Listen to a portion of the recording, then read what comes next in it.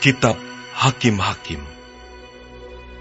Sesudah Yosua mati, orang Israel bertanya kepada Tuhan, "Siapakah daripada kami yang harus lebih dahulu maju menghadapi orang Kanaan untuk berperang melawan mereka?" Firman Tuhan, "Suku Yehudalah yang harus maju. Sesungguhnya telah kuserahkan negeri itu ke dalam tangannya." Lalu berkatalah Yehuda kepada Simeon, saudaranya, "Majulah bersama-sama dengan aku ke bagian yang telah diundikan kepadaku. Dan baiklah kita berperang melawan orang Kanaan. Maka aku pun akan maju bersama-sama dengan engkau ke bagian yang telah diundikan kepadamu." Lalu Simeon maju bersama-sama dengan dia. Maka majulah suku Yehuda. Lalu Tuhan menyerahkan orang Kanaan dan orang Feris ke dalam tangan mereka. Dan mereka memukul kalah orang-orang itu dekat Besek, 10.000 orang banyaknya. Di Besek, mereka menjumpai Adoni Besek dan berperang melawan dia. Dan mereka memukul kalah orang Kanaan dan orang Feris. Tetapi Adoni Besek melarikan diri. Lalu mereka mengejarnya, menangkapnya, dan memotong ibu jari dari tangannya dan dari kakinya. Kata Adoni Besek, "Ada 70 raja dengan terpotong ibu jari tangan dan kakinya, memungut sisa-sisa makanan di bawah mejaku. Sesuai dengan yang kulakukan itu, demikianlah dibalaskan Allah kepadaku." Kemudian ia dibawa ke Yerusalem dan mati di sana. Sesudah itu Bani Yehuda berperang melawan Yerusalem, merebutnya, lalu memukulnya dengan mata pedang dan memusnahkan kota itu dengan api. Kemudian Bani Yehuda maju berperang melawan orang Kanaan yang diam di pegunungan, di tanah Negeb, dan di daerah bukit. Lalu suku Yehuda bergerak menyerang orang Kanaan yang diam di Hebron. Nama Hebron dahulu adalah Kiryat Arba, dan memukul kalah Sesai, Ahiman, dan Talmai. Dari sana mereka bergerak menyerang penduduk Debir. Nama Debir dahulu adalah Kiryat Sem. Berkatalah Kaleb, "Siapa yang mengalahkan dan merebut Kiryat Sefer? Kepadanya akan kuberikan Aksa anakku menjadi istrinya." Dan Otniel, anak Kenas, adik Kaleb, merebut kota itu. Lalu Kaleb memberikan Aksa anaknya kepadanya menjadi istrinya. Ketika perempuan itu tiba, dibujuknya suaminya untuk meminta sebidang ladang kepada ayahnya. Maka turunlah perempuan itu dari keledainya.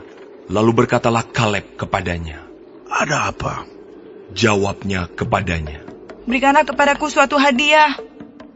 Telah kau berikan kepadaku tanah yang gersang. Berikanlah juga kepadaku mata air." Lalu Kaleb memberikan kepadanya mata air yang di hulu dan mata air yang di hilir. Keturunan Hobab ipar Musa, orang Keni itu, maju bersama-sama dengan Bani Yehuda dari kota pohon korma ke padang gurun Yehuda di tanah Negeb dekat Arad.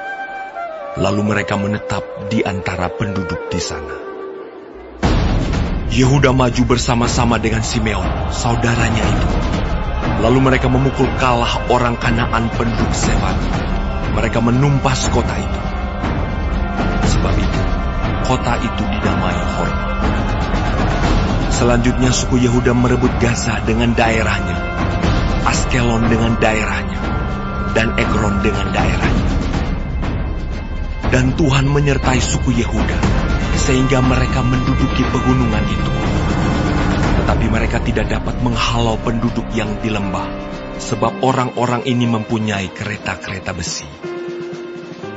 Kepada Kaleb telah diberikan Hebron, seperti yang dikatakan Musa dahulu, dan dari sana telah dihalaukannya anak-anak yang 3 itu. Tetapi orang Yebus, penduduk kota Yerusalem, tidak dihalau oleh Bani Benyamin. Jadi orang Yebus itu masih diam bersama-sama dengan Bani Benyamin di Yerusalem sampai sekarang. Keturunan Yusuf juga maju menyerang Betel, dan Tuhan menyertai mereka. Keturunan Yusuf menyuruh orang mengintai Betel itu. Nama kota itu dahulu adalah Luz. Ketika pengintai-pengintai itu melihat seorang keluar dari kota itu, maka berkatalah mereka kepadanya, "Tolong, tunjukkan bagaimana kami dapat memasuki kota ini. Maka kami akan memperlakukan engkau sebagai sahabat." Lalu ditunjukkanlah kepada mereka bagaimana mereka dapat memasuki kota itu. Dan mereka memukul kota itu dengan mata pedang. Tetapi orang itu dengan seluruh kaumnya dibiarkan mereka pergi. Orang itu pergi ke negeri orang Het dan mendirikan di sana sebuah kota yang dinamainya Luz. Demikianlah nama kota itu sampai sekarang. Suku Manasye tidak menghalau penduduk Bet-Sean dan penduduk segala anak kotanya, penduduk Ta'anak dengan segala anak kotanya, penduduk Dor dengan segala anak kotanya, penduduk Yebleam dengan segala anak kotanya, dan penduduk Megiddo dengan segala anak kotanya. Sebab orang Kanaan itu berkeras untuk tetap diam di negeri itu.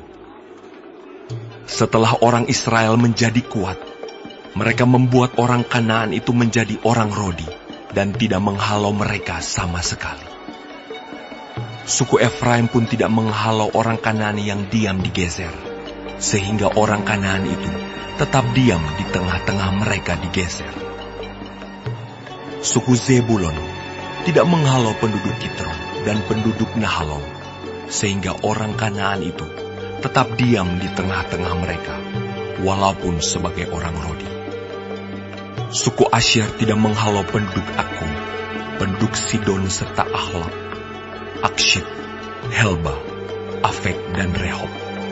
Sehingga orang Asyer itu diam di tengah-tengah orang Kanaan, penduduk asli di negeri itu, sebab orang-orang itu tidak dihalaunya. Suku Naftali tidak menghalau penduduk Bet-Semes dan penduduk Bet-Anak, sehingga mereka diam di tengah-tengah orang Kanaan, penduduk asli di negeri itu. Tetapi penduduk Bet-Semes dan Bet-Anak itu menjadi orang Rodi bagi mereka. Orang Amori mendesak Bani Dan ke sebelah pegunungan dan tidak membiarkan mereka turun ke lembah. Dan orang Amori itu berkeras untuk tetap diam di Har-Heres, di Ayalon, dan di Saalbim, walaupun mereka mendapat tekanan berat dari keturunan Yusuf, sebab mereka menjadi orang Rodi.